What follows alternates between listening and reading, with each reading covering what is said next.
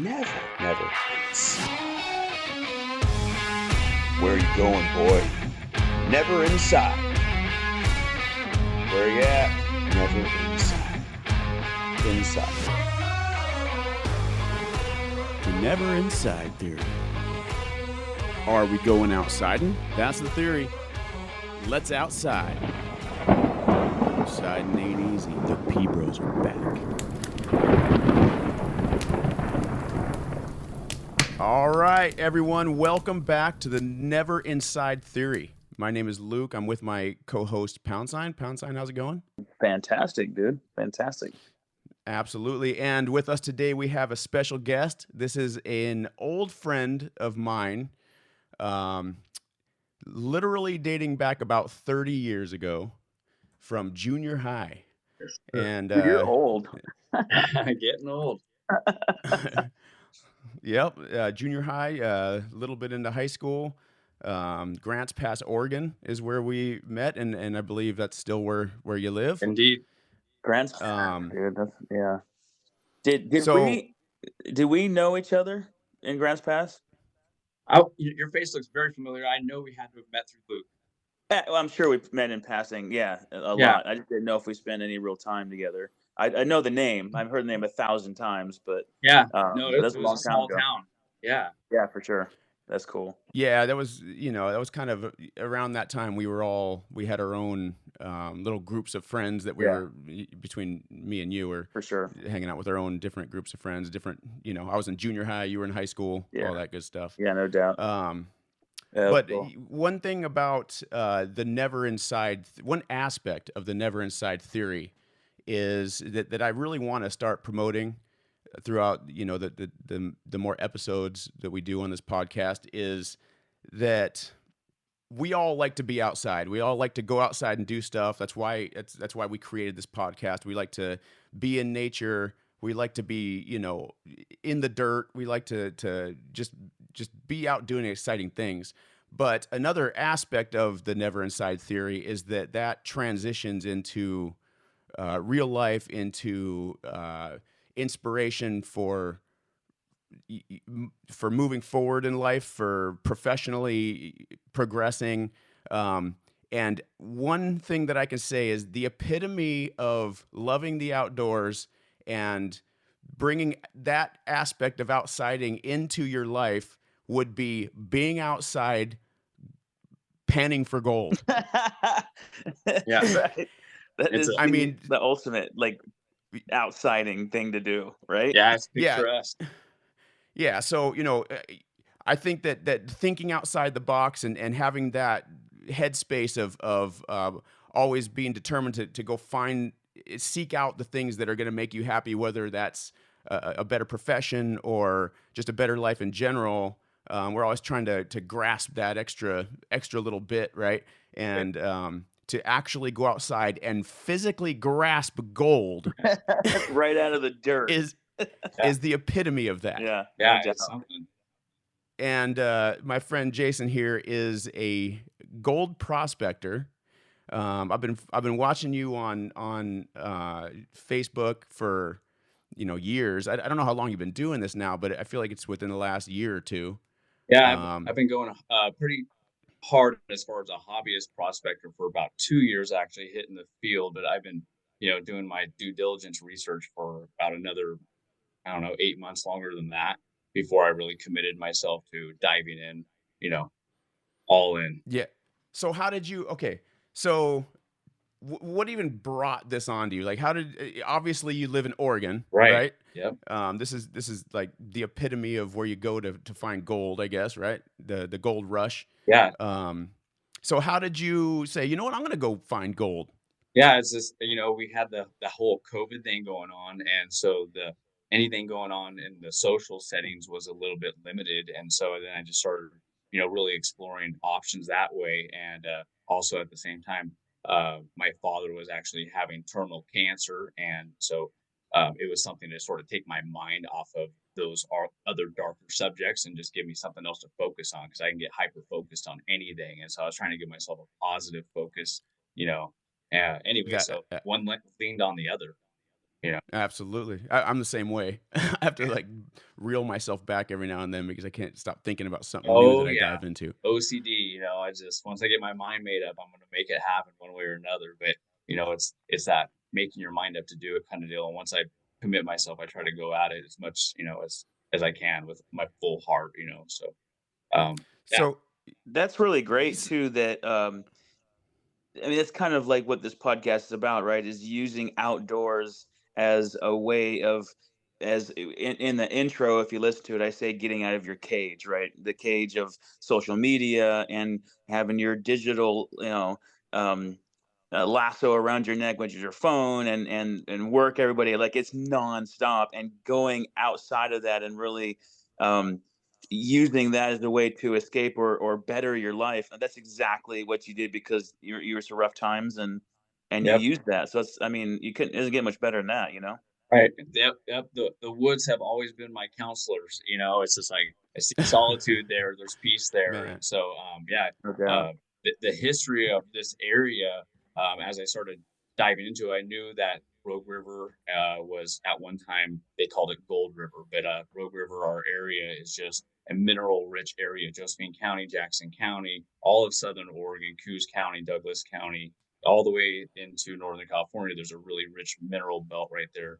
And so the more layers I started peeling back, the more intrigued I became, and the more I just became fascinated with the history of this. And here we go. I just started going deep down that hole and started just digging into as much information about the area as I could. And when I felt like I had accumulated enough knowledge, I sought out some local help through a local mining shop called Armadillo Mining in Grants Pass, and the staff down there is amazing. And basically, they gave me some books that were point specific to uh, creeks within our area and streams within our area, rivers and whatnot that had good placer deposits, mineral deposits, and then I had some priorities of my own that I sort of created as far as what would work for my situation and focus my attention in those areas, and then sort of started prospecting to find my own claims.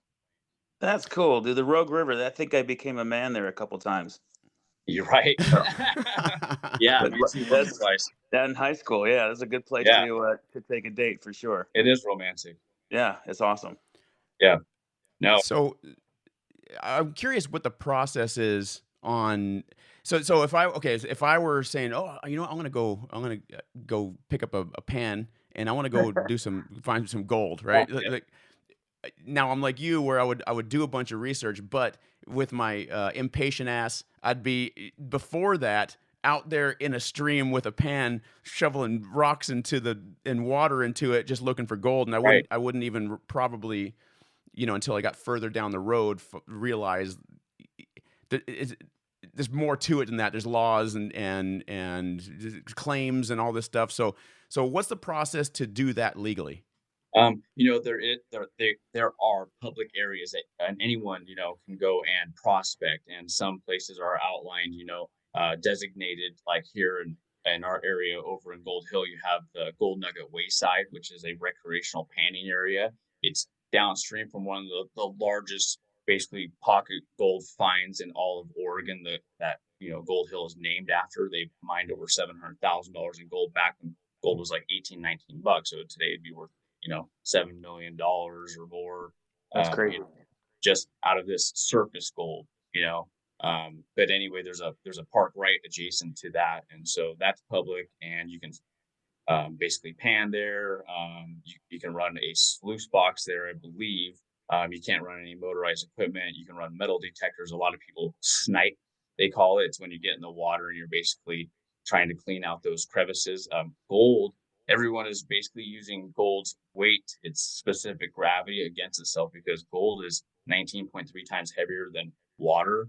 And it's, 5, 7 times heavier than every other rock around it on average. And so it's going to fall to the deepest crevices possible because of that specific gravity. And so you're looking for these nugget traps or gold traps, or, pockets where gold will basically consolidate itself because of a feature in the stream, the stream's flow, or a protrusion into the stream because of a bank or rock or a log, all these different elements that cause gold to drop out into a slow area.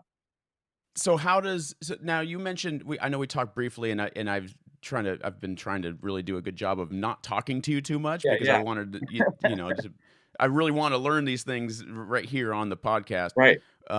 But you did mention like you had actually gone and got and filed and gotten your own claims, right? Right. Yeah. So, going into this a little bit deeper, besides having, there is public areas, you got to make sure, basically spot specific what the legalities of that area are. But you can pan for gold in a lot of just open ground, public ground, um, that's along these creeks and stuff like that, as long as you know that it's not someone else's property. Someone's property, Yeah. yeah. So what happens is there's a basically government ground, U.S. Forest Service, BLM, is open for mineral entry in a lot of locations, specifically the 12 western states of the United States.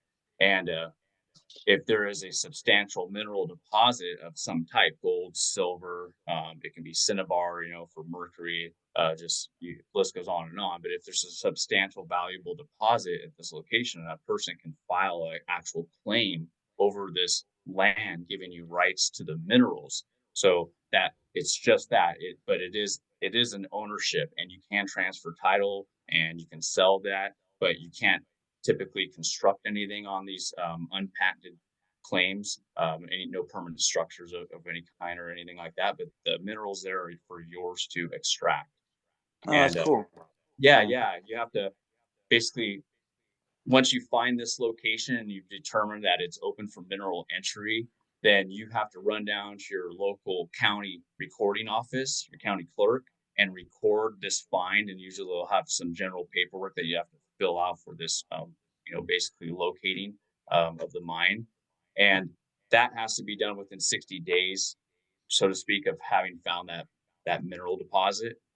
And at that point, then you got to send this paperwork, some other paperwork into the BLM and notify them, and then once you do that, you're going to get some paperwork back. But you're basically good to go once you filed with the county, as long as that filing was done correctly. You're good to go, continue prospecting. But yeah, you do have to file with BLM. You have annual maintenance, either paying them as annual fee or performing work upon your claim so that you can keep your claim. And then you have to provide proof that you've done that by filing some more paperwork, lots of paperwork. Oh, wow. Yep. Yeah, that's pretty in depth. Yeah. Oh, it's very in depth, and it goes on and on and on as far as like, there's different types of mining claims and when this became available. But yeah, this almost didn't happen, and through some, I guess some smooth talking, politicking back then, they were able to talk, Congress and whatnot, the Bureau of Resources, into sort of adopting this general mining law of 1872. It's been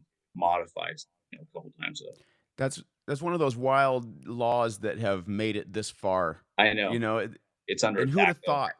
I never would have thought that that's even a thing anymore, but there's still freaking gold out Oh there. yeah, no, and there this area is amazing, and also California, Nevada, Arizona, Washington, Montana, Idaho.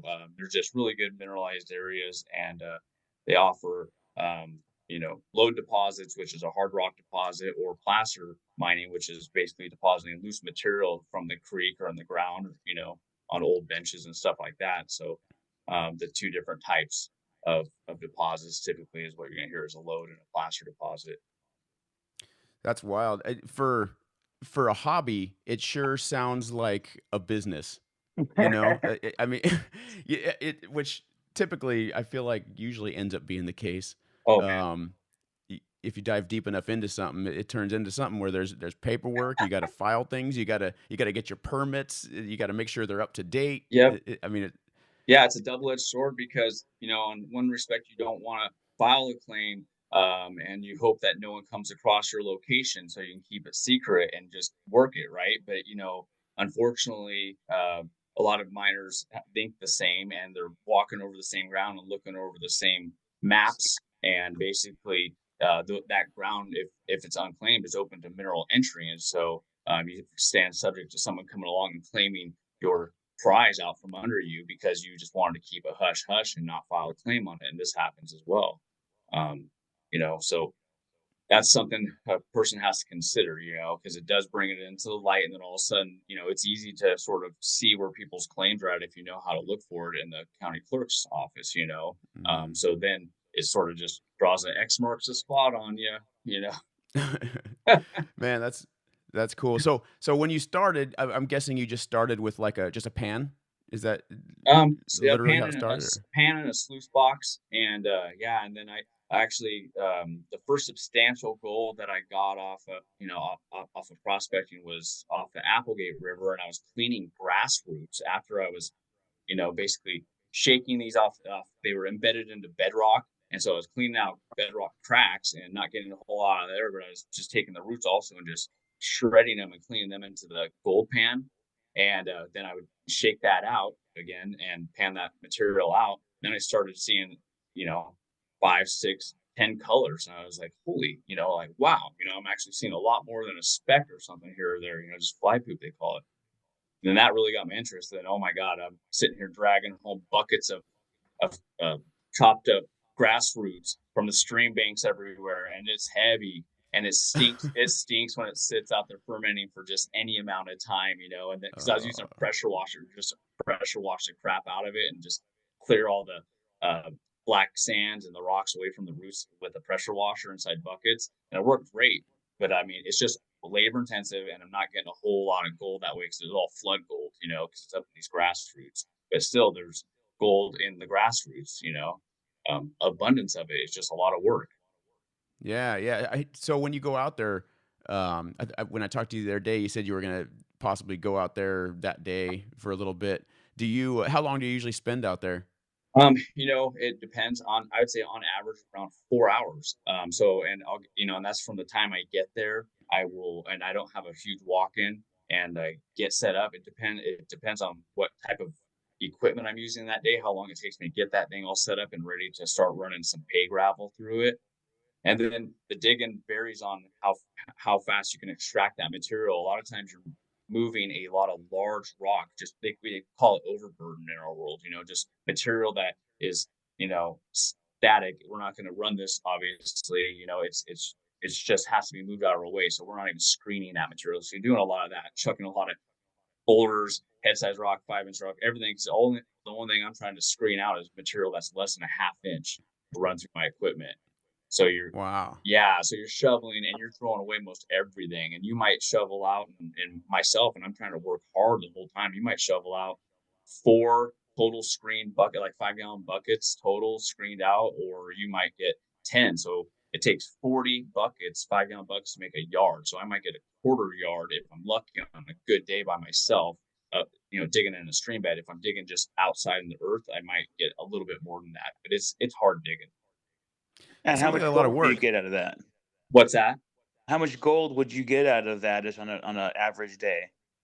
So like if I can get on average, I'm getting probably once I've screened down that material into 2 buckets, I can get anywhere between sometimes a tenth, but sometimes as much as a half a gram out of 2 buckets, so 10 gallons of material if I'm lucky. The ground is pretty consistent where I'm at in both locations, but it does vary as far as that concentration of material at times based on just a bunch of different aspects. Um, but Sometimes you can go and move a quarter yard and walk out of there with like less than 2/10 of a gram, but sometimes you'll move, like I said, you'll get 2 buckets of material and get a half a gram, so it's pockety like that a little bit.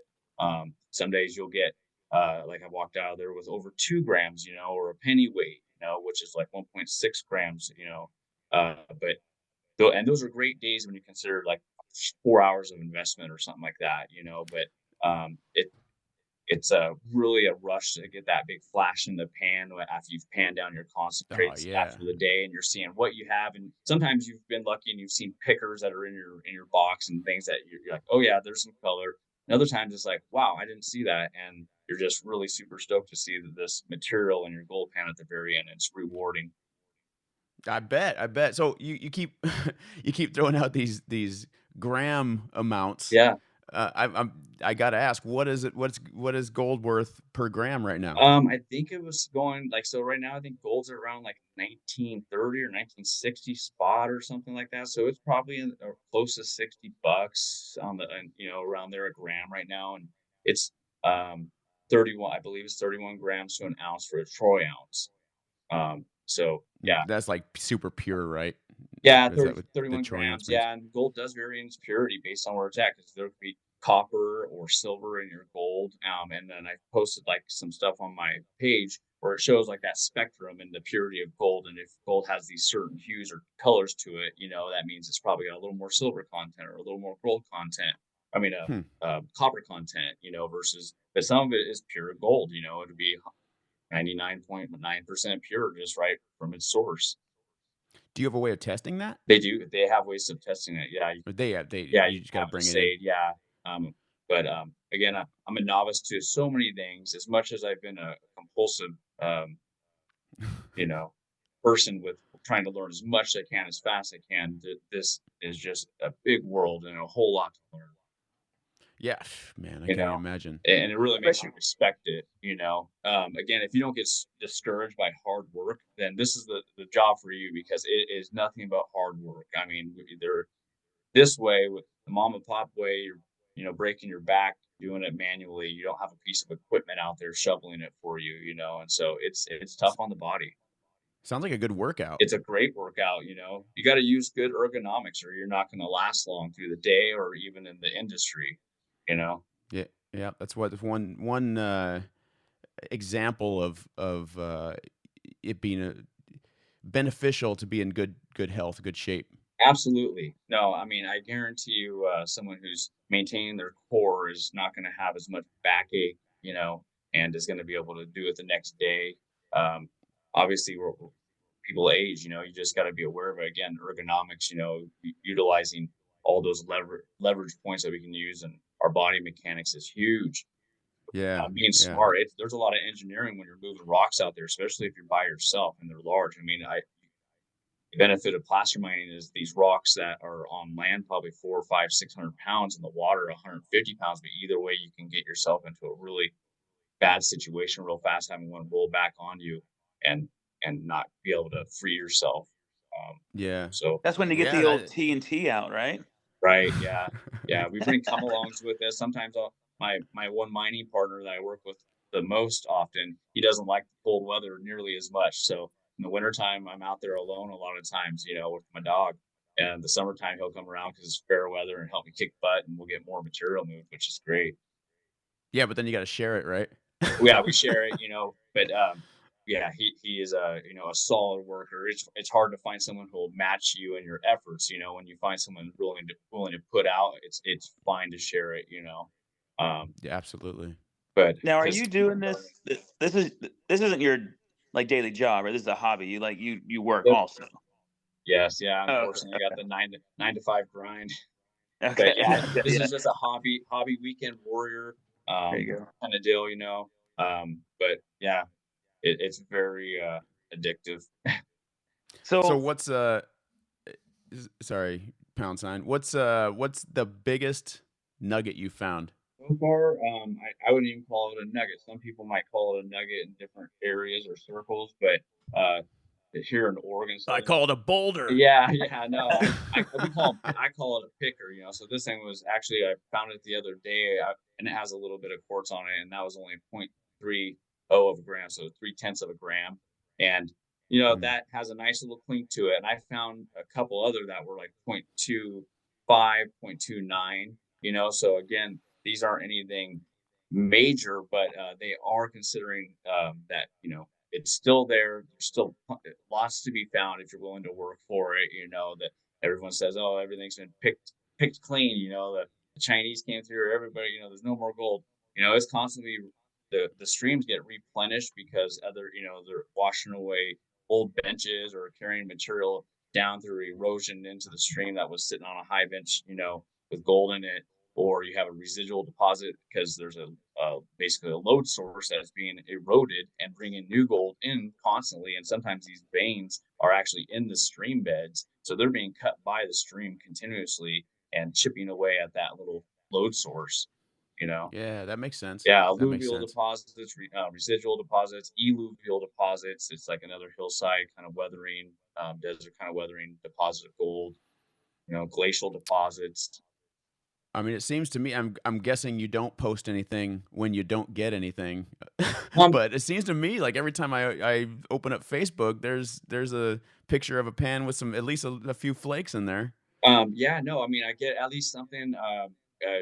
Again, it took me a little bit to figure out, certain aspects of. There's a gold line, at the stream, and gold does want to deposit in specific locations. But once you figure out where those concentration points are at, you can sort of start digging in and find a line of gold in the stream. Like the gold marches down the stream during periods of time, just following that same path because of the hydraulics of the water, or again, the shape of the river, or different, boulders and stuff like that. But it deposits because of, slack water and different water movements that cause it to fall in line with itself. And gold's lazy, so it sort of takes the path, takes the shortest line through the creeks and streams, and Gold's lazy. I yeah, like yeah, that. and it crawls, it takes a whole lot to pick it up and move it. I mean, a whole lot. It's so heavy, again, almost 20 times heavier than water. So, I mean, it Wow. literally will just crawl. It takes a major flood event, major, water movement to pick up and move gold. Or if it can pick up and move the entire stream bed, it can probably move some gold. But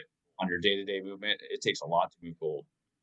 It's a trip. It's like nature's kind way of giving us a way to find it, huh? Yeah, yeah. I love it. It's again, I bartended in Vegas for 6 years, and I never ever once like got an addiction from gambling while I was down there. And I worked in the casinos at Paris and Mandalay Bay the whole time, and never had an itch to gamble at all. Just show people around. But this totally has captivated me. I'm Yeah, willing to gamble on my efforts, I guess, so to speak. You have any I cool can. like rings that you put the little nugget that you find, you kind of put in a setting or around in like an amulet or something around your neck? You got anything like cool pieces like that? The not of size yet that I would, basically want to mount, but collectively I've gotten a lot of pickers. And so like I definitely have, probably well over 20 plus pretty large pickers. And so you could fuse these into a ring or something, or make a Yeah. that looks pretty cool. I see you trying to hide that one that stuck to your tooth. I see it. Right. No, I would love that. That grill you're having made. Ding ding. It's coming It along. would. It would be sweet. No, I Bling. got a couple places I need a cap. I would love to have a gold cap. Right? Um, so is this something where you're just putting it aside and it's your nest egg? Is that your Yeah, yeah. jam with that? Yeah, I'm fortunately, this is not what I do for a living. At the amount, I don't know if there'd be enough payable ground on the locations I have to where someone could retire without finding some major source and have enough paying gravel there to last your lifetime. That's not going to happen.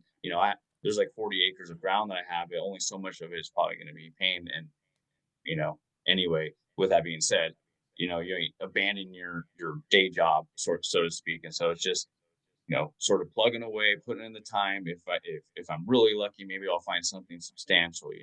Right now I'm finding definitely enough to keep me interested and Yeah, keep that's my cool. attention. Yeah, for sure. I bet you could Yeah. spend as much as you want on equipment too, right? Like you Oh can go God, real simple, and or you could probably make your life a little easier. Drop some money on the robot that does it for you or something. oh, you're totally right. No, they have every type of equipment out there. I mean, that they would like to sell you. They call it mining the miner. Yeah, no There's doubt, no more doubt. money mining the miner out of their money than there is the miners making out there sometimes. But that's it. You just got to be smart about your investment. You don't rush out and drop in your 4-inch dredge and start sucking if you haven't determined that this is worth the efforts. You got to sort of find that paying ground. Sometimes you have to punch down at deep to find that payable ground. So I understand bringing out that leverage commitment, but the point is you don't, until you know for certain, you might want to hold off on spending monies that could be used to purchase a claim that actually pays. In my opinion, people are so quick to run out there and buy all this equipment, and I'd rather find some paying ground that actually pays me for, Pays for I the actually, equipment. yeah, pays for the equipment itself, and sit and just think about it the long game and not the short game.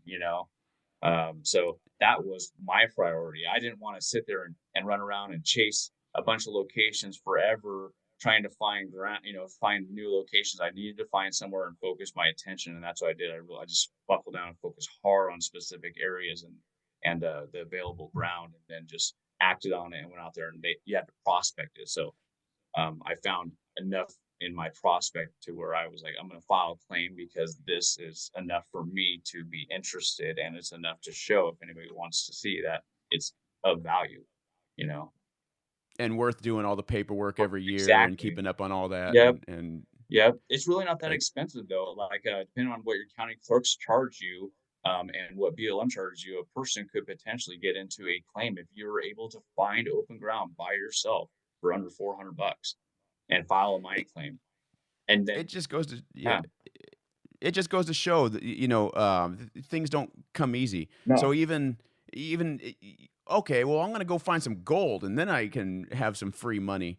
That's not free money. You're gonna go work for that just like you're gonna work for anything else. That's a good point. And it's the people that are willing to do the work correctly that are actually successful with this thing, you know? yeah, yep, And and the ones that just want a handout and just find gold for free, which of course everyone wants that, but it's just not that easy. And if you're looking to get somewhere in life, don't go looking for gold. right. If you're looking for the easy way to get somewhere in life, I guess is what I'm getting at. No, there's a lot to learn. You may get lucky and fall over that big old nugget, and be that person, but there's probably way more stories of people just failing. Again, it's easy to get discouraged in this, and it's especially if you have the pressure of providing that financial means for yourself or for your family. If you put that on yourself, not having a bunch of ducks in a row, you're sort of asking for trouble. Yeah, as with a lot of things, Yeah, you unless can ask someone my wife. I've got too many businesses going on. good for you, man. Good on you. Yeah, no, I mean, Yeah, there's just a lot of boxes to check, with this being said, and someone could run out and buy a claim, though that's available too. There's a lot of people out there, reputable people that sell mining claims or basically broker mining claims for others, on the markets, and these people are reputable, and it's completely above board transactions. And so you could, if you didn't want to put in all that due diligence to research and find the ground yourself, and file a claim, then you can sort of buy a claim from someone, and they range in values from 1,000 all the way to millions. yeah. I wonder how they value something like that. Is it like a 10-time multiplier? Like, okay, this person pulled, so 100 grams out in a year's time. So we're going to multiply that times 10, and now this claim's worth $1,000. Is it something along those lines? It's sort of like what a buyer's willing to pay, and then what that person is selling. If they have a decent claim, and that person allows someone basically to prospect the claim to prove the ground before they buy it. A lot of times they'll let them do that. And you want to be smart when you're reviewing or doing something like that, because there's some bad people out there salt a claim, they call it, and so they'll like throw some gold in certain locations and say, hey, this Oh, that's is, some shady. yeah, this is a place to dig, this is a place to look, this is where gold falls out, and then the person said, hey, I found some gold, you're right, there's gold everywhere here, yep, told That's you. some shady shit right This there. happens all the time. um yeah, so I mean, you got to be Wow. aware of something like that. So you got to know what you're doing when you get out there, and how to explore that ground, and where to look, and try to find that hard compacted gravel that has not been turned over, that hasn't been moved. Or you got to know how to move some stream gravel and know what you're looking for, trying to get the bedrock or whatnot. Because Do you use if a the good person old knows, pickaxe? huh? So do you use a good old pickaxe or what? Absolutely, yeah, that's definitely a prime tool, and yeah, because it's like a fulcrum. It provides so much leverage besides being a good digging implement, and a grub hoe. You can cut roots and do all sorts of stuff with it. It is an Yeah. invaluable tool, and you'll get so familiar with hand tools if you're actually, you know, doing this type of mining by hand. It's amazing. You learn how to wield a shovel like a son of a gun. So you called it placer mining? Yeah. So I've never heard. Well, I've heard the term. Like, there's like Placerville Yep. Oh in, yeah. by Tahoe, um, and I knew that was like an old mining town, but I never really understood that the placer mining was the term. So is that just what does that mean? Like placer mining specifically? Yeah, you got the two types of mining that more or less exist in the industry, and placer mining is basically the mining of loose material. So it's ground that is uh, earth, clay, sand, gravel, boulders, all that kind of stuff. The loose material that's freed from the actual hard rock of a mountainside or of a stream bed. Whereas load mine is the mining, like you're basically tunneling into solid rock. Okay, That's a load mine. So placer mining is the washing or the removal and washing of gold from loose material, and that's a placer kind of mining. gotcha. Yep. Okay, So you'll see it with streams, and what happened is they would stream beds forever, and they still do, and then they started moving up on these higher benches because the streams got worked out, and they had to chase where the stream bed used to run on these higher bench elevations out, and because the channels have shifted and they've cut down out of the hillsides as we've had uplift in our valleys. The streams used to sit, you know, sometimes thousands of feet above the rivers or hundreds of feet above the rivers or the streams, and now they're down at this elevation. So people would actually prospect via placer mining on these hillsides and in these gulches and stuff like that on these old channel alignments and bench deposits and stuff like that. So you're pulling water from another location to work these areas. But yeah, placer mining wow. is an art, and then in its own, and load mining is a whole art in its own. But they do coexist. Oh, yeah, absolutely. I mean, do you ever watch those TV shows? Was it like Oh Gold yeah, Rush or? absolutely. Yeah, I can imagine you would. yeah. I'm like, come on. You're like, I need big giant machines like that. Oh man, yeah. I Can you love use watching. explosives? Can you use Huh? explosives to loosen stuff up? You could probably use a lot of. I think it's like the electric charge kind of stuff like that. Not so much a dynamite or black powder. Um, but I'm sure you could do anything like that. You can use drills and feathers. You driving some wedges in some feathers and just splitting the rock that way. Yeah, you definitely got to get creative. Come along, and it's amazing how much stability a tiny little tree, 4 inch in diameter, how much force it can take being pulled against it. You strap off of one of those trees with a 4 ton come along, you can get around a 2,000 pound rock and pull that thing yourself out of an area. It's pretty amazing. So Man, yeah, you don't. that's engine Yeah. You just got, and then again, you just got to be safe every time and have a plan. and hope that all you find isn't just fly poop, as you Sometimes, call it. yeah, and sometimes you do. It's amazing. So you know what? One of the biggest rocks I moved. I thought I was gonna just get a huge nugget under there, and it ended up being that there was only like about 8 inches of actual stream material gravels, and then it was bedrock right there. And so because obviously it was blowing material through there or something like that, it wasn't a heavy accumulation spot. But I thought for damn sure when I move this thing, I'm gonna find Get it a all figured big out, right? nugget. Yeah, You that win did not some, you happen. lose some. Yeah, exactly. That did not happen. Do you That's meet? I would imagine you meet some pretty interesting people in this community. I imagine an 80-year-old guy that's been chasing the big nug Yeah, for 30 years and hasn't found it, has gone completely mad, right? So I imagine there's some interesting people that you run into doing this. absolutely. You know what? I can't be more amazed at actually how supportive the whole mining community is, the mining and prospecting community. It's an amazing community. Most everybody is really tight. There's a lot of people just on the West Coast that are actively engaged in mining and lots of mining sites. And you see a lot of the same faces through these sites, but Sure. everybody talks and shares information. You rarely have a bad apple in the group. Someone a troll just trying to stir crap up. Most of these sites, the comments that you're seeing and the stuff they're posting is nothing but people of great nature.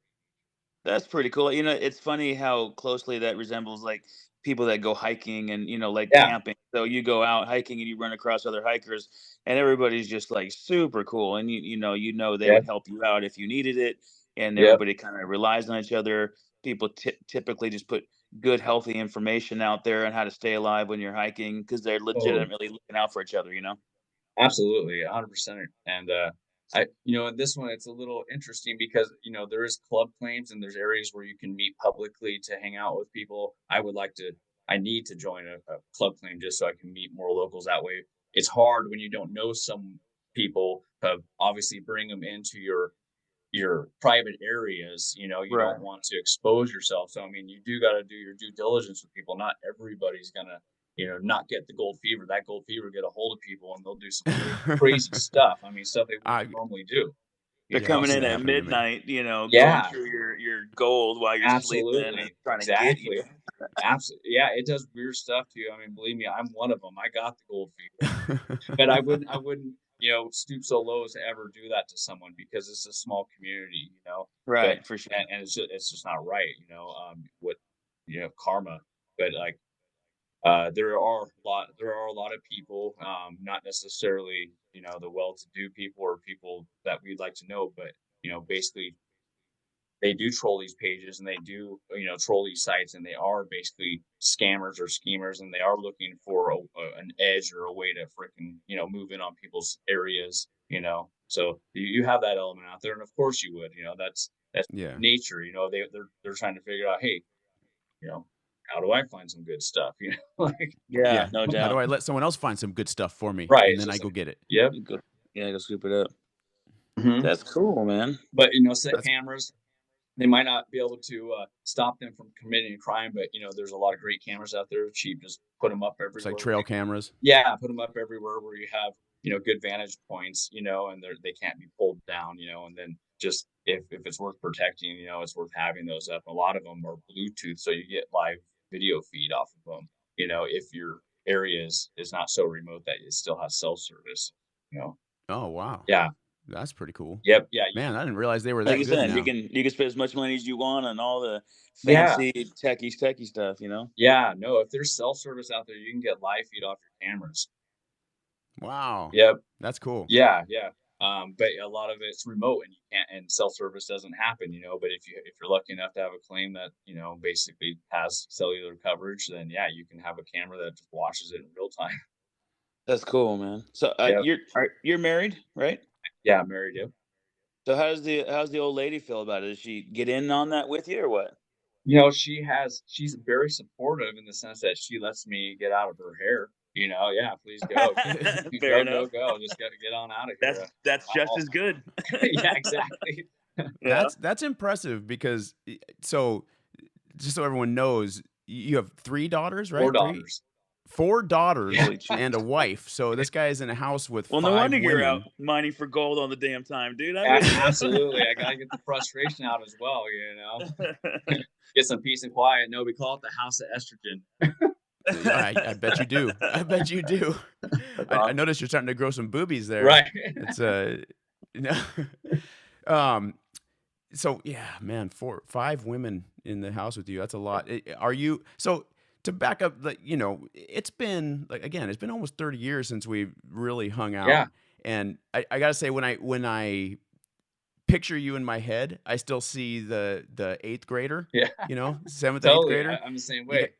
you got that like With a golden mustache? golden He's an eighth grader with a mustache. What he looks yeah, like? 8th grader with a mustache and no, but you still have that golden yellow hair Yeah. that you used to have. It's gotten so dark over the years. It's crazy. Same with Yeah, mine yours. yeah, mine used to be like not as I don't think it was as light as yours, but it It was was light. pretty light. Yeah. But yeah, those were crazy times. I was there from I moved there right before 7th grade, and that's where I met you at what was it? South Middle School? North North Middle middle School. school. Yeah. North Middle School. Um and we hung out for a few years. I left Grants Pass in right after or like in the middle of my sophomore year. So I was there for like 3.5 years or something like that.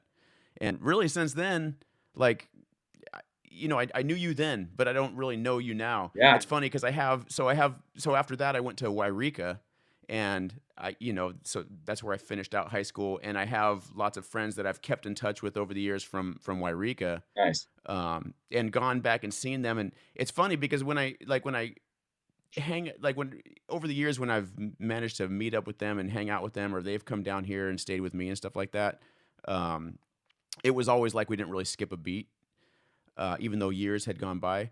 But for you, it's like I feel that way, but not really, Right. because it's literally been 30 years. So we were children, and now we're a couple of old dudes, you know, Yep.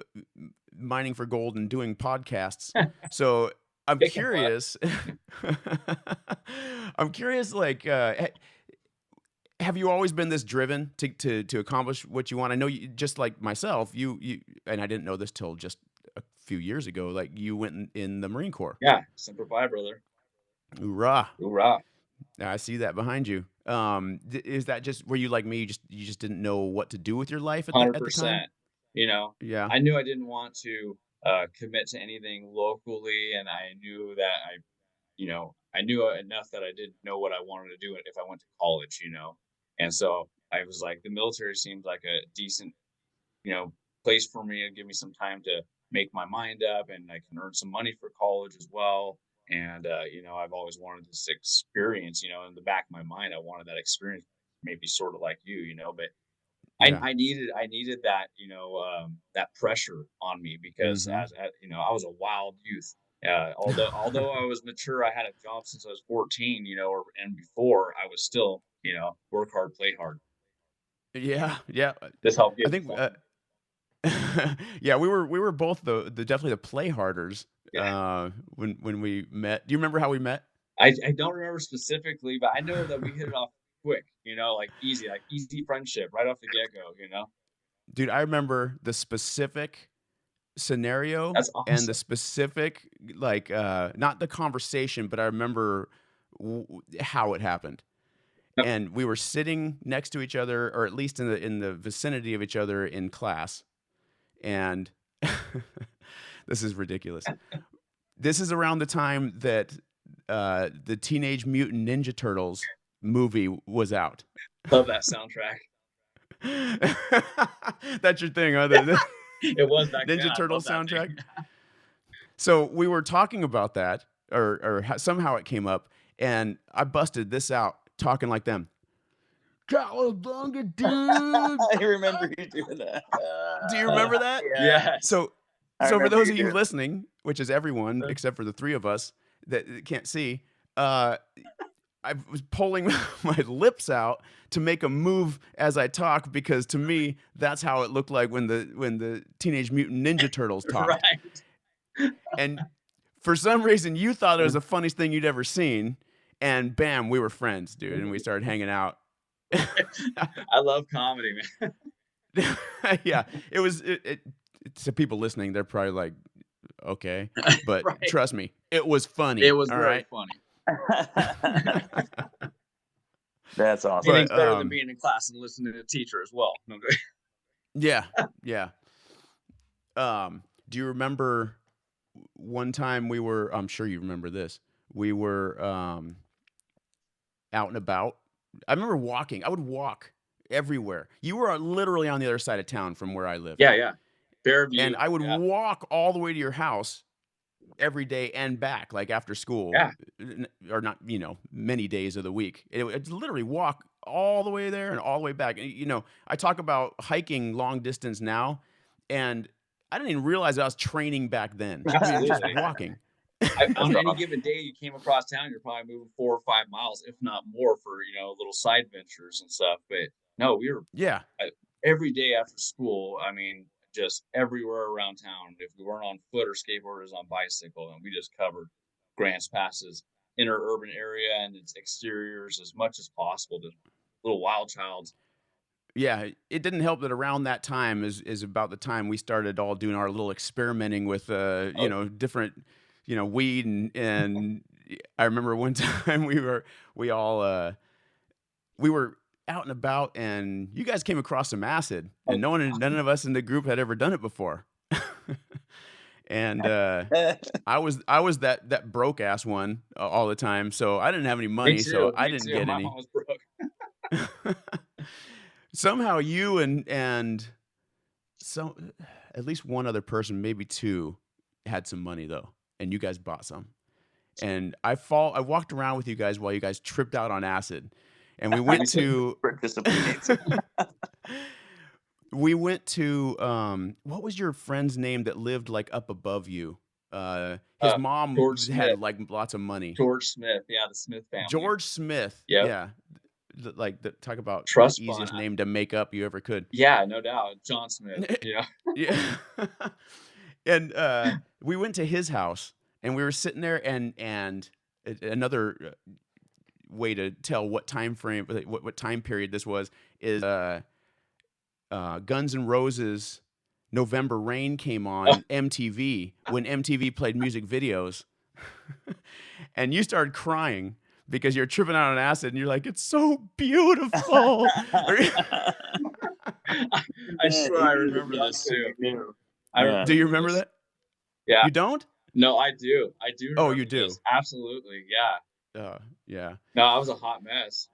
Yeah, we were all a hot mess. So even beyond that, I'm sure you remember this. So I'm a dumb kid, you know, and I'll be honest, I to this day I can't remember what was going through my head or what happened, but I had gone home that night or at sometime within the next couple days I was talking to my mom and my stupid ass said, "Yeah, it was weird. My friends did some acid that one day or it was the day before or whatever it was." Well, And she called your mom and thanks, Liv. and told on you. I Yeah. got soap in the mouth. And Yeah, that wasn't I think that was about the end of our friendship right there. Was it? I think that not the end of our friendship necessarily, but I think we weren't hanging out after that. Yeah, weren't you very totally happy threw with the me. guy under the bus. No, yeah, Yeah. No, I don't know how, my mom was pretty forgiving, so I'd hate to think that caused that, but I think it that's was too more bad. of a yeah, I think it was more of a thing where like the whole group of everyone that we knew that happened, so I was the narc, right? I was the guy that I was. Hey, it's not easy to have will to not succumb to a mother's kind of interrogation. Yeah, I mean she's good at it too. Yeah.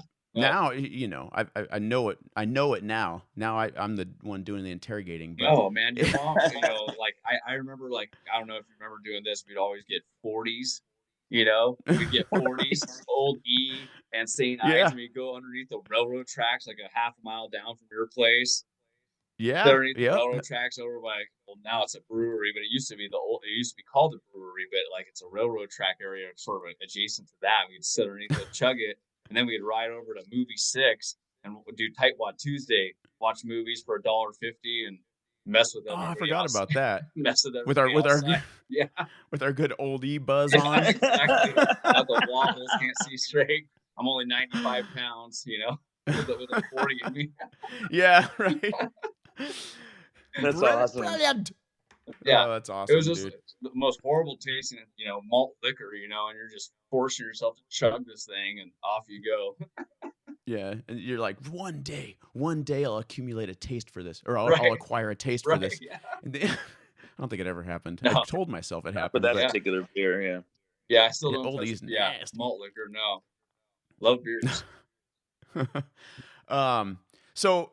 So after that time frame, you went in the Marine Corps.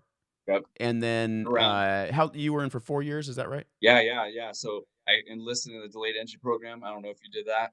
I did. Yeah, I did that. And so basically at 17, when I had that 1 year of delayed entry, is when I really just started pulling my shit together. And I focused on school, brought my GPA way back up, and actually had teachers sending my mom letters telling them how much of an improvement I made and the joy that I actually am to have in class, opposite of the smart ass or the class ditcher or whatever I was, absentee that I was. Yeah. But yeah, and so the Marine Corps gave me something positive to focus on, and so from that time and of 17 on, it gave me some direction, gave me something to again, just like mine, gave me a good focal point, something to dive into, Yeah. and I really dove in, as you probably were. I was brainwashed walking in step and doing all sorts of stuff by the time I got out of boot camp, just, Oh yeah. hoorah, motoed out. Yeah, I mean everything oorah, right? Yeah, You go to the gym, let's work some chesty puller today. yeah. Right? You're at Is home it, running in your PT shorts in public, with a mesh shirt on, looking like you're probably oh, part of some gay club or something like that. No, this is the Marine Corps fitness gear, man. I got my Go Fasters on. you go fasters, dude. I came home to Wairika from boot camp for my leave, and my stupid ass. I go walking. I'm so proud of myself. I go walking around town, boots and utes, Yeah, dude. Like, I left the top off, but I was, you know, yeah. God, how stupid I must have looked. I remember, like, Oh, what the yeah. hell? Not to mention, I looked like I was 5 until I was like 35. Hey, that's So, great, man. That's great. You'll look young for a long time. I was the same way. yeah, dude. But anyway, so Marine Corps. Now it was a little different when I joined the Marines than you. I'm gonna have to say I was out of. Okay, so here's a story for you. So when I went in the Marine Corps, it was not a. I had Jacob had already joined the Air Force, um, and I was sitting there going, well, I guess I'll just go in the military too. That'll be because I didn't want to go to college. I didn't have any, it, it was just never a thing on my Right. radar of what I Right. was going to do. Um, That's my focus. Looking back, I wish that wasn't the case, but You but need, it was. yeah, direction. Other people giving you influence at the time. Who your influences are. All sorts of stuff sort of plays into that Absolutely. decision making process. Absolutely. So I just had it in my head that I was going to go in the Marine Corps or in the military rather. Um, so here I am in my senior year. My friend Quint comes up to me and he says, "Dude, the Marine recruiter's here. If we go talk to him, we can get out of class. We can get out of fourth period." Oh my god. You're like, brilliant. Brilliant. I was like, let's do it, dude. So we go talk to the Marine recruiter. We sit there and listen to his load of shit for an hour, and blow it off like, oh, cool, we got out of class, and it turns out like, hey, he's here every Wednesday. Let's go. Let's go see him next Wednesday. We can get out of class again. So we You did love how our this. minds worked back then. Yeah. Yeah. So we did this, and then I can't remember how many sessions it was. It was probably 3 or 4. But one day I remember I was like, I'm this little tiny freaking stoner. You know what I mean? Like I was skinny as a rail. I'd never run more than a mile in my life. Um, and everyone's like, every time I talked about like I'm gonna do that, everyone's like, right? Yeah, you're gonna be a Marine, you little scrawny twerp, dude. Yeah. Whatever. So it started getting in my head. I was like, fuck these guys, dude. I could be a Marine. And then Be a Marine. I remember. Well, okay, throw a little more in there. I actually tried to apply for the Coast Guard, and they basically said, "Burn in hell." God, Because thanks, guys. I'd got caught smoking weed, at one point, and they called the cops on me at school, so I had that on my record. Oh So yeah. yeah, so that was a no. And then the Navy, same thing. Not that I was super excited about going to the Navy, but I was just curious because I was, looking at these things, and then so really it was the Marine Corps or like the Army, Yeah. and so I told my friend Quinn, I was like, dude, I think I'm actually thinking about joining. And he's like, Oh, they got you. dude, what the hell's wrong with you? We're just getting out of class. So I joined and I became a Marine. And there was another part of that story that I was going to tell, but I forget what it is. It'll come back to me. But Did he join ultimately after you joined, or no? no, he he's still in Wairika. He's actually he's done well for himself Good. in Wairika. He's got an awesome family and a cool piece of property, and yeah, no, Quint's awesome. But no, he did not go in the Marine Corps. And anyway, so you went in the Marine Corps, Yeah. and then that's where you learned your discipline and your Yeah. It was, as you know, the Marine dedication. Corps, yeah, I mean, I was all just like with anything, I was all in, like once I committed to this, of course, when you're in, it's the suck and you're counting your EAS at times and stuff like that, but it's still an excellent service. And for the most part, it was good time. You know, it was a great experience, more or less. I got to do a tour overseas on the USS Guam. You know, this was like the rust bucket. This was literally its last deployment in the Navy before it Well, decommissioned and that's nice. sank out in the ocean. I'm not joking. You know, Wow. yeah, it was sank in the ocean after our deployment. Jesus, What'd dude. you Off of guys do to Virginia, it? off You're of lucky it Norfolk, didn't sink. Alto. Yeah, they sank You're, it. You know, I was like, thanks, you're guys. lucky it didn't sink out when you were on Exactly. deployment. We're like guinea pigs. Like, let's just see if this old relic from Korea still floats, and we'll send them over to the Persian Gulf in it. You know, but yeah, no, we went over there. We're supposed to be a 6 month deployment, turned into like almost an 8 month deployment because we got routed right when we were about to come home to the Persian Gulf.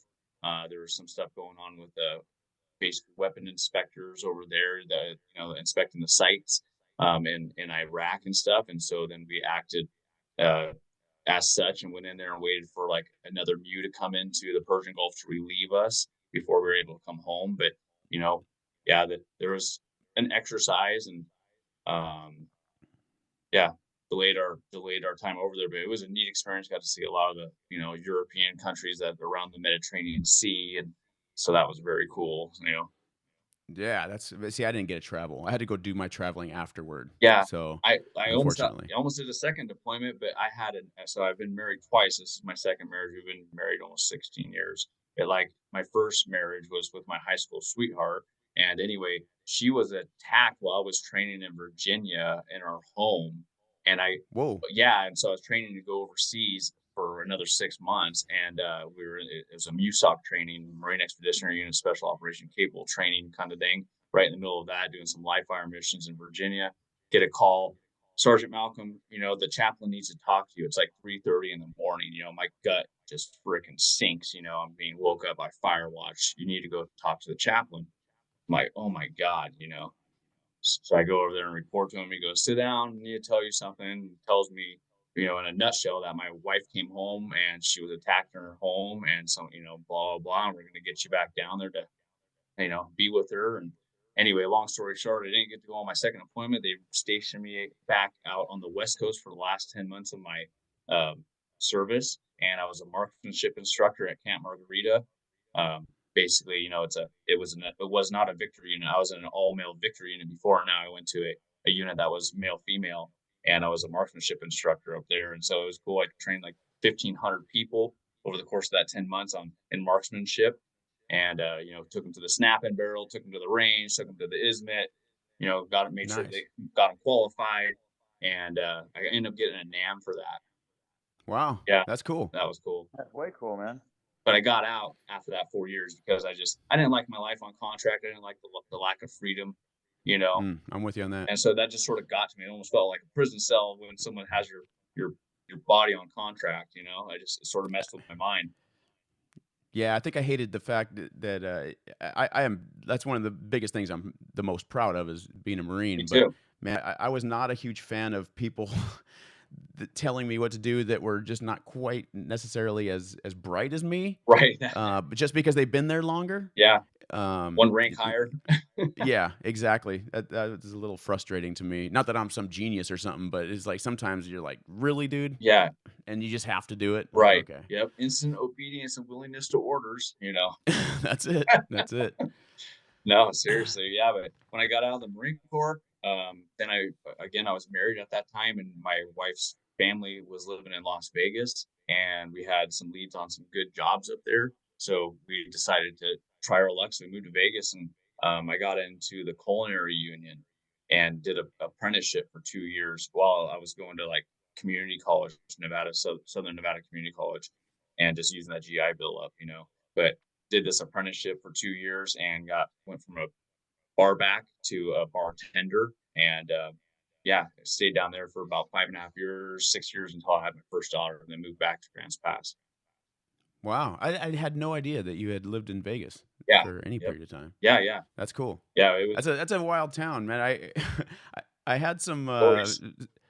some one of my best friends from high school, Casey Janung. He ended up in Vegas. So I used to go when I was in the Marine still, as a matter of fact, I used to go there on the weekends. Like every other weekend, I'd go out there and hang out and party in Vegas. But we didn't really even do the strip most of the time. We would go like to Mojave, Lake Mojave, and go cliff jumping and stuff all the Yeah. time, and Yep. go drive around in the desert and shit. Oh, there's beautiful areas outside of Las Vegas, Red Rock and Hoover Dam and Mount Charleston, and then just areas, obviously, beyond that. But there's a lot to do outdoors wise there. Obviously Absolutely, yeah. some climate issues that you have to overcome. But yeah, there's plenty of things to do there. It's sort of alarming to see what they're dealing with currently with the water situation. Yeah, that's weird, man. You see those, but the water's so low, there's like bodies showing up, Yep. and that's crazy. Yeah. No, that thing is its lowest it's been since like what they say 1930s or something like that. Hopefully Yeah, that's a trip. gonna get replenished. But yeah, I mean that without that lake and the power that is generated through the hydro dam, it's gonna be a you know sort of something Be that I think interesting. interesting and impact the South. Absolutely. There's a Yeah, there's it's gonna always been impact a a water. lot. Yeah, there's always been a water war in the South. There's always been water wars in California, and I think we're about to see a major water war erupt. Yeah. Yep. Absolutely, it's gonna happen. Um, I wanted to ask you about backpacking because I know you're a backpacker too, which is just coincidental that we both love that. Osprey. Osprey, I like my Osprey dude. pack. Yeah, I'm an Osprey man right myself, on. as Yep. a matter Yeah. of fact. I go on a little Yep. bit. Hell So yeah, is Pound Sign. right on. Um, I was gonna ask. So when we talked before, you said you guys is it May? You said you go every year. Yeah, April or May. And only reason being, I mean, fall would be really nice too, but there's plenty of water for basically, refilling those canteens and those camelbacks along the way, so you're not going to be without. And then you got just, wildflowers everywhere along the hillside. So I mean, you're getting some pretty cool shows of both waterfalls, and because there's a lot of waterfalls all down through the Lower River Road, Lower River Road Trail. There's waterfalls on either side of the river, basically cascading down into the Rogue River, and it's really neat. And so that during that time of year, you got all that winter runoff still kind of happening in spring. So you get that show and you get the wildflowers. And That's okay. So isn't it? What elevation are is that at? Are you at? I uh, should say. I think if I had to guess from like where we take off is Graves Creek Boat Ramp. It's just below Greeley, the town of Greeley. Okay, It's a little tiny, I've recognized the name. spot. It was very historically famous because of mining, But anyway, down at Graves Creek Boat Ramp, you take off at an elevation probably close, we'll say 1,000 foot, maybe even 1,100. But and then you're walking down to probably about 300 feet in elevation, where So it's you take out. obviously low then, But you're lower. Because that was going to be my question. Is like, isn't it cold? Because like I want to go backpacking, but we got to really to go in the mountains, like in the Sierras. We got to wait till end of July to really like not have to be losing the trail and snow and stuff like right, that. right. Yeah, what's crazy is because you are following the river down and the elevation drops at the end, but when you take off on this trail, there's actually over 5,000 feet of elevation gain from beginning to end because you're constantly going up into ravines to do some crossing Mm. stuff like that over man-made bridges, and so I mean it's up and down, and you can go on basically sites that show that topography of the trail, with some vertical indexing and look at those challenges that you're going to have each day. I usually do it over the course of 3 days. 2 nights camping. The more days you do it, the more gear you're carrying. Obviously, the more food you're going to carry. Yeah. What's the distance on that? It's like so from beginning town to Foster Bar Boat Ramp, from Grace Creek to Foster Bar Boat Ramp is about 41 ish, maybe a little bit more miles, 43, and that's without taking little side ventures to go look at some features that are neat to stop along the way, like Zangray Cabin and Whiskey Creek Cabin and some other waterfalls, Floridale Fall. Is That's a pretty good good pace. Yeah, about You're 14 miles going a day. Yeah, yeah. And See, that sounds awesome to me. yeah, Pound sign doesn't like that idea. it's about 2 miles an hour, and if you take off around 7, 8 in the morning, you're usually into your camp by 4 that afternoon. That's taking a nice hour-long lunch, and we take breaks along the way if you have to stop, and just rest the knees for a second. But I mean, really trying to keep around a 2 mile an hour pace, and then you're rewarded with having some time at the end of the day to, you know, settle in before it gets too dark. But yeah, it can get cold, like you said. And if you camp out in the open, you're going to deal with dew sometimes, you know, and so you got to have that, you know, cover over your tent if you don't want it coming in on you. Sometimes I've gone with guys and they'll sleep right out in the open and they'll just have a baby sack over the top of their sleeping bag, you know, just like in the Corps, you It's know. cowboy camping. Yeah, yeah, a couple of my buddies do that, you know. But if you How many get to times have you done this trail? 3 times now, and I definitely want to do it this year again. And you guys should come with. I mean, we're probably shooting the end of October,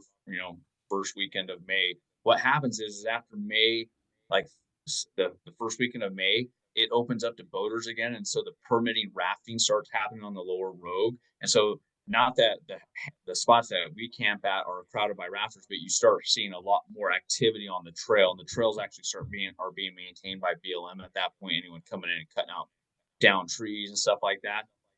And that's in May, you know. But if you go in April, a lot of times you're blazing through there, and BLM hasn't been in there for 6 months, you know. And so you're climbing over down trees, over the trail, and all sorts of stuff, you know. But it's part of the Wow. adventure. Yeah, absolutely. That's fun.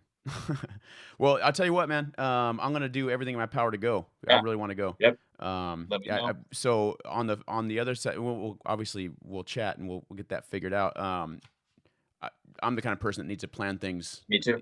far in advance. So as soon as you know, let's I'll try to put it in my calendar. But got another one coming up in August. I think during the first full week of August is when I'm trying to plan it for. So you're welcome to come along to that. We're going to do somewhere in the Sierras. Nice. So just keep that in mind, and we'll Yeah. talk more about it, man. Absolutely. That sounds great. And honestly, I'd like to keep you on, get you back on here again, and give us some updates on you know, when you finally strike it rich. Yeah, I want to find that nugget. I didn't finish that, so I think if I find sorry. that's a 1 gram size, you know, like right now I found under a gram for as far as my sizes, and I call those pickers. If I can find a 1 gram nugget, I'll call that a nugget. And that's still small in this world, you know. Yeah, but I mean, bigger than any gold that I've found. Yeah, so. Oh, and it's substantial. It's so weird how heavy the stuff is. You know, just a little bit of it is amazingly heavy. That's a trip, man. And it's so bright. Well, hey, I think we're gonna have to wrap this thing up, man. But I really appreciate you coming on. Yeah, it was good to put a face with a mustache of an 8, you know, an 8th grader to my memory now. So we're good. Right. So. Absolutely. Dude, man, thank you so much for having me. Yeah, dude, we'll have you back on as soon as you get something that you feel the world needs to hear about. You let us know. You got it, and we'll get you back on here. You let me know if I can get you guys out there having an adventure, and we can you know, look for some gold together. Yeah, dude, I'll come search for some gold with you. That sounds awesome. Yeah, I'll help get you on it. I mean, that's one thing at my spot. I brought a couple people in, and I will definitely send you off with the gold. You know, some gold. You know, even if we find a little bit, you get to go home with it. You know, that just sort of encourage people. Just enough to coat one tooth. Right. That's all I need. That's right. That makes all right, man. Story, so. Yeah, that's cool. We appreciate you, man. Appreciate you guys. For all of our outsiders out there, I want to encourage you to go check out our social media. I always try to do a blog post on our website after the show. So maybe Jason can send me some pictures that he thinks would be cool. I can put in there. Absolutely. So go ahead and check that out. The neverinsidetheory.com is also the same website as neverinside.com. We are doing a new special here. We're going to be doing this for 1 month. So 4 episodes beyond this. On the 4th one, we're going to announce the winner, and we're giving away a Blackbeard Captain's Loot fire starter kit. Nice. So I don't know if you're familiar with those, Jason. Yeah, but I've seen you guys actually demo that stuff. Yep. Anyone got all soaking wet and try to light it on fire, and it worked pretty well. You know, most takes. Yeah, at least on one of the takes. And then, so we're going to be giving one of those away. All you got to do is just jump on our website and just sign up for our email list, and that enters you for it. So go ahead and do that. We can't wait to see who the lucky winner is on that. And Jason, feel free to go ahead and put your email in there so we can enter you into that. Email us with any comments, questions. If you have questions for Jason, let us know. And on the side, I can ask him and bring it back to the show. And we've got a clothing line that we've started. We're building slowly on it. So also go to the website and check that out. If you want to be a Never Inside supporter, everything's going to help this podcast so we can keep bringing you guys awesome guys like Jason. But they're pretty cool. We're going to keep bringing new stuff. And that's it. Pound Sign, you got anything else? No, man, it was great to be a part of it once again. All right. And in lieu of Jason being our guest today, I will sign out by saying the woods are my counselor. Nice. Thank you again to all of our outsiders. Please check out our website, neverinside.com, for all of your gear. And you can reach out to Never Inside on Facebook and at Never Inside on Instagram. Let's outside.